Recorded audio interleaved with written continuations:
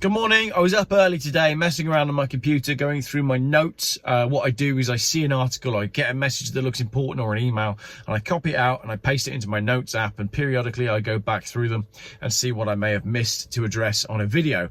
And I found a note that I'd missed from the 12th of March, and it said it would be cool if you could do a video on Jaguar Land Rover being held to ransom by Tata for an EV factory. Tata want £600 million from the UK government to build an EV factory in the UK, or they're going to build it in Spain. Pretty disgusting. I apologise. I can't remember who sent that to me. It was a few months ago. So I thought, oh, that looks interesting. Let's have a little Google as to where we're at with that. July 18th, which was yesterday, Reuters, Tata to choose UK for new EV battery plant.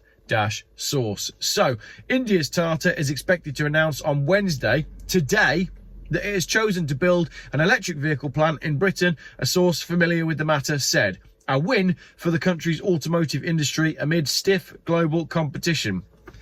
Is that a win for the automotive industry? Is they're going to spend the government are going to give them £600 million so that Tata can build EVs that are failing in the marketplace that nobody wants when they're second hand. I'm not completely convinced that's a win. Tata had been choosing between a site in Somerset, southwest England, and one in Spain to supply a new range of electric Jaguar and Land Rover vehicles. A government spokesperson declined to comment on ongoing commercial negotiations, while Tata declined to comment on the report. So basically, behind closed doors, the government and Tata have been doing exactly what John DeLorean did with the British government when he announced that he was building the DeLorean. He took a load of money from the government because they just wanted the good press. This is a very similar thing. £600 million of your money, our money, everyone's money is being given to an Indian company to build a factory in Somerset. Possibly. The plant would be a major win for Britain, which is trying to catch up in the global race to build electric vehicle battery capacity locally. Vital for automakers which rely on heavy batteries being built near their car factories. We've done all this. We've done all the videos there are to do on nickel, cobalt and lithium, and the fact that they are horrendous for the places where they're mined. But this is a win for Britain.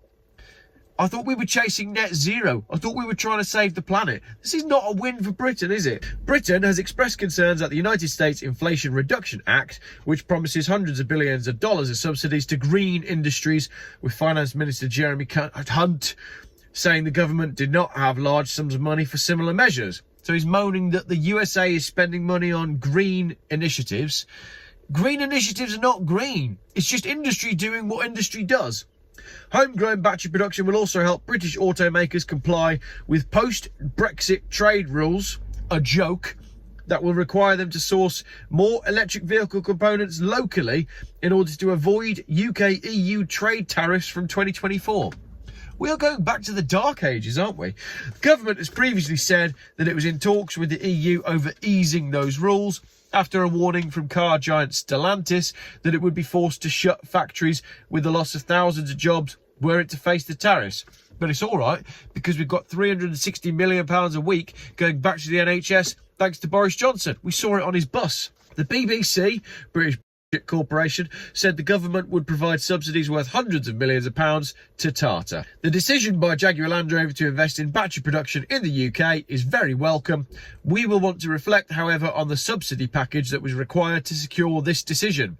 Reflect on the subsidy package is a way of saying this was an expensive win for Britain, if indeed it was a win, said Darren Jones, chair of Parliament's Business Committee. Tata's choice of Britain would also provide a boost for Prime Minister Rishi Sunak's government. Rishi Sunak, you'll remember, is the extremely wealthy individual that doesn't know what it means to be a real person, has so much money he doesn't need to work, is connected to some extremely nefarious individuals. His wife is effectively non-dom, pays no tax, doesn't live in this country, but is married to the Prime Minister, and he's got some very dodgy friends. Sorry, got distracted there. Prime Minister Rishi Sunak, which has pledged to grow the economy and outlined a series of net zero goals, including a ban on the sale of new petrol and diesel cars from 2030. Makes no sense, already been kicked back by the Germans. The proposed site is owned by Salamanca Group, a privately held merchant banking business.